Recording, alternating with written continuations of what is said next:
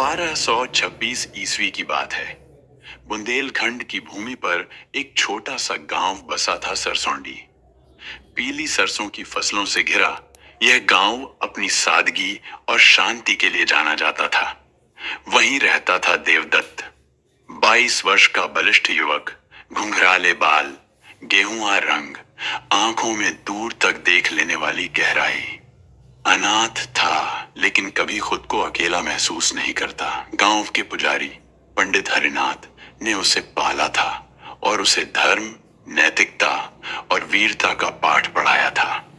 देवदत्त दिन भर खेतों में काम करता और शाम को किले के खंडहरों में जाकर तलवारबाजी का अभ्यास करता। उसकी लकड़ी की तलवार हवा को चीरती, मानो वह किसी अदृश्य शत्रु से युद्ध कर रहा हो। गांव वाले उसे तलवारों का सपना देखने वाला पागल कहते, पर देवदत्त मुस्कुराता, क्योंकि वह जानता था एक दिन उसकी तलवार सच में बोलेगी। एक दिन गांव में घोड़े की टापों की आवाज गूंजी। नगर से एक सैनिक भागता हुआ आया। उसका चेहरा धूल और भय से सना था। निजामुद्दीन आ रहा है, दिल्ली सल्तनत का सेनापति। उसने औरायगढ़, बहरीपुर और राठपुर को रौंद डाला है। मूगढ़ अब अगला निशाना है। सरसोंडी के लोग सन्न रह गए। बच्चों के रोने, औरतों की सिसकियों और बूढ़ों की कराहों ने गांव का वातावरण बदल दिया। सभी भागने की सोचने लगे, पर देवदत्त स्थिर खड़ा रहा। क्या हम हर बार भागेंगे?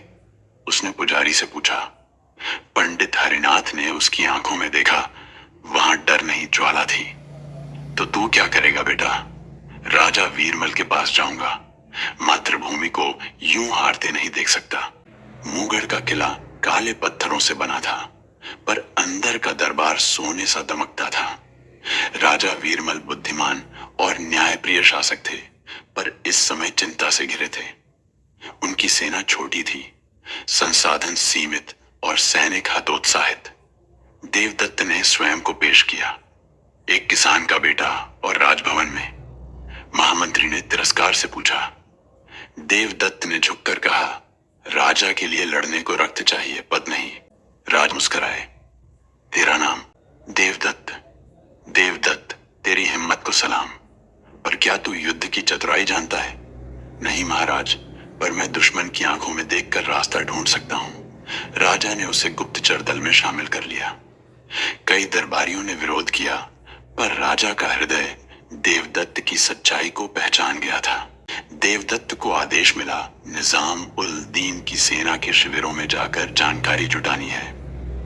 वह वेश बदलकर एक काफिले में शामिल होकर दुश्मन के इलाके में गया। वहां उसने देखा, शत्रु के पास घोड़ों की भरमार थी, रसद की पंक्तियां मीलों लंबी थीं और सैनिक संगठित थे।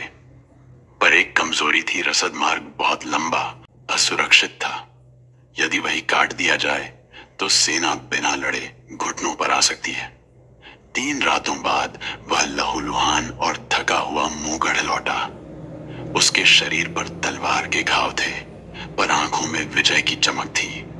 दरबार में उसने बताया, यदि हम पश्चिम की घाटी से उनकी रसद लाइन पर आक्रमण करें तो उन्हें रसद नहीं मिलेगा। उनके घोड़े भूखे रहेंगे, सैनिक थकेंगे। तब हम किले से प्रतिकार करेंगे। सेनापति हैरान थे। इतनी सोच एक किसान की। राजा वीरमल ने योजना को स्वीकार किया। रातों रात एक विशेष टुकड़ी तैयार की गई, केवल 50 जवान, लेकिन अत्यधिक साहसी। देवदत्त उनका नेतृत्व करने को तैयार हुआ। घाटियों में गहराई से घुसते हुए देवदत्त और उसकी टुकड़ी ने दुश्मन के कारवां पर हमला किया। रसद के ऊंट और बैलगाड़ियां जलाकर राख कर दी गईं। कुछ सैनिक मारे गए, बाकियों को पीछे धकेल दिया गया। निजामुद्दीन क्रोधित हुआ। उसे समझ नहीं आया कि उसके अभेद्य मार्ग को कैसे भेद दिया गया।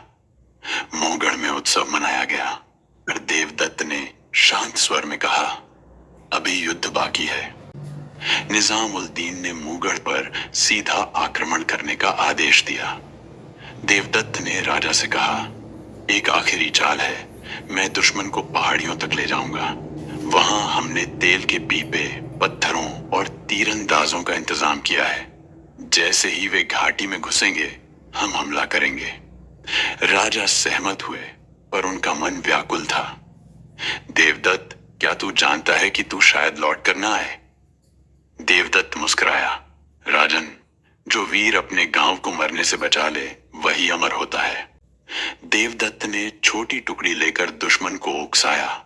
वह उनके शिविर में घुसा, तीर चलाए, जलती मशालें फेंकी और उन्हें घाटी की ओर भागने पर मजबूर किया। दुश्मन पीछे पड़ा। घाटी में घुसते ही आकाश से आग बरसी, तेल में आग लगाकर ढालों से फेंका गया। ऊपर से बड़े पत्थर गिराए गए, तीरों की वर्षा हुई। निजाम की सेना तितर बितर हो गई, उनका नेतृत्व टूट चुका था। लेकिन देवदत्त, जो सबसे आगे था, घाटी की आग में समा गया। राजा वीरमल की सेना विजयी हुई, मुंहगढ़ बच गया, पर देवदत्त न रहा। उसकी कोई समाधि नहीं बनी। उसका नाम दरबार के इतिहास में दर्ज नहीं हुआ, क्योंकि वह कोई सेनापति या राजकुमार नहीं था।